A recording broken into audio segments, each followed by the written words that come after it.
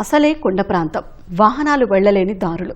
కొంత దూరం కాలినడకన, మరికొంత దూరం స్ట్రెచర్పై మోసుకుంటూ ఎట్టకేలకు నిండు గర్భిణిని అంబులెన్స్ వద్దకు చేర్చారు.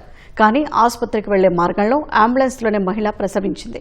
అల్లూరు జిల్లా హుకుంపేట మండలం గిల్లాబడ్డు ప్రాంతానికి చెందిన మర్రి కుమారి పురిటి నొప్పులతో బాధపడుతుంటే 108కి సమాచారం ఇచ్చారు.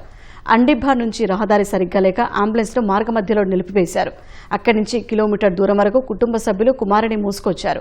అంబులెన్స్లో ఎక్కించి ఆసుపత్రికి తరలిస్తుండగా మార్గమధ్యలో పురిటి నొప్పులు ఎక్కువయ్యాయి.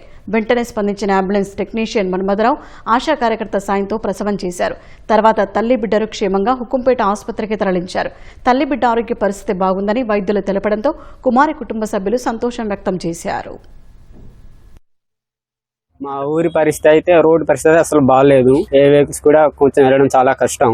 అంటే కింద ఊరు ఒక వ్యవస్థ ఉంది, కొత్త ఊరు వరకు కాయిన్సీ రావడం చాలా కష్టం. కింద ఊరు వరకు అలాగా అంటే కొంచెం వరకు అలా మోసుకొచ్చాం. దారిలో డెలివరీ అయిపోయింది. దారిలో బండ్లు ఫోన్ చేసినా బండ్లు రావు సార్. వేరే బండి తీసుకొద్దామని వేరే బండ్లు ఫోన్ చేసినా రావు సార్. అట్లు రావట్లేదు, జీపులు రావట్లేదు సార్. దీంతో 3-4 కేసులు అయింది. మధ్య దారిలోనే డెలివరీ అయిపోయారు సార్. ఎమర్జెన్సీ కేసు తీసుకెళ్దామన్నా కష్టం సార్ అయిపోతుంది. తీసుకురావడానికి మోసుకొని రావాలి సార్. డోలి మూత కింద వరకు తీసుకురావాలి సార్. మేము సగం దూరం వెళ్ళాక అండేబా విలేజ్ నుంచి దాటాక అక్కడ మాకు చాలా రోడ్డు మార్గం చాలా ఇబ్బందికరంగా ఉండేది. పేషెంట్ని ఎక్కించుకొని రిసీవ్ చేశాక అంటే ఘాటి దిగాక పెయిన్స్ అనేవి ఎక్కువ కాన్సన్ట్రేషన్ ఎక్కువయ్యాయండి. ఉమ్ము నీరు పోవడం, బ్లీడింగ్ అయిపోవడంతో నాకు అంటే బేబీ హెడ్ అనేది కనిపించింది. డెలివరీ అయ్యే మార్గం ఉంది కాబట్టి మేము ఆశాన్ని సపోర్ట్ తీసుకొని డెలివరీ చేసాము. బేబీ హెల్త్ మదర్ కింద అన్ని బాగానే ఉన్నాయి సార్.